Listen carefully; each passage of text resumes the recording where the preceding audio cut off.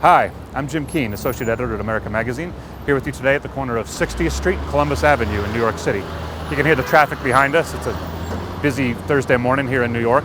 But I want to talk about a little pilgrimage today. It seems like an unlikely spot maybe to do a pilgrimage, but we're at the Mother Church of the Paulists, St. Paul the Apostle, at the tomb of Isaac Hecker, a servant of God, declared such just last January by Cardinal Egan.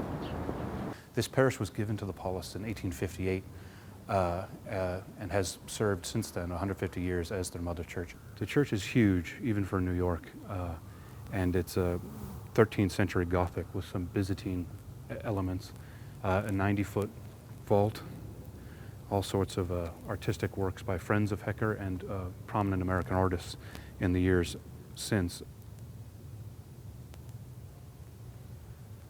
Just last year, on January 25th, 2008, Cardinal Egan, the Cardinal Archbishop of New York, presided over a ceremony in which Isaac Hecker was declared a servant of God, the first step towards canonization as a saint.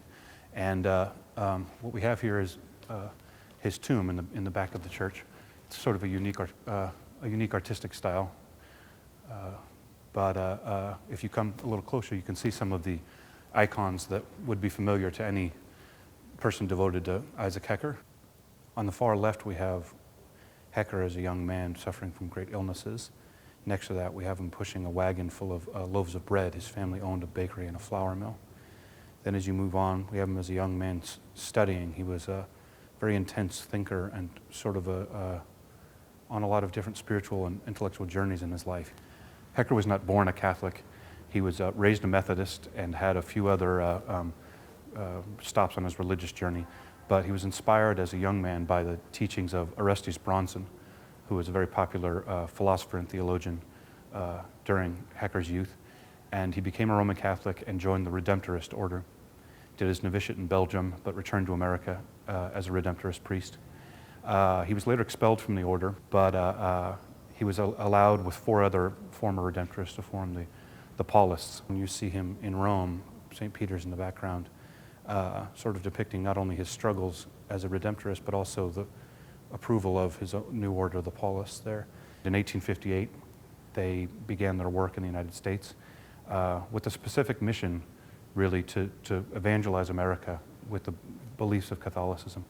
And Hecker knew that the methods that had been used in the past weren't going to work as well, that you needed to move into the modern era. So he was big on a printing press. Even today, we have Paulist Press as a very popular Catholic academic press. The printing press, modern communications, going on speaking tours, debating prominent Protestants at the time. All these were tools that he used in the pursuit of his goal. In the final scenes, you have him preaching and also working with books, 2 of the great missions of the Paulist order and of Hecker himself in his life. In 1870, Hecker went to Rome as an advisor to Cardinal Gibbons for the First Vatican Council, at which the doctrine of papal infallibility was declared, which is a doctrine that Hecker and some of the other American bishops felt was going to cause a little bit of trouble for them back in the United States, because they felt it would be used by Protestants as a weapon against them and would reinforce suspicions that Catholics were not really Americans and that couldn't really be part of the democratic project. Those fears proved to be largely unfounded, but Hecker did become a symbol in some ways for the European Church of the dangers inherent in the American project vis-a-vis Catholicism. And both he and the Paulists had to deal with a fair amount of controversy and misinformation, confusion about what their role was and what they really sought for the church in the years following.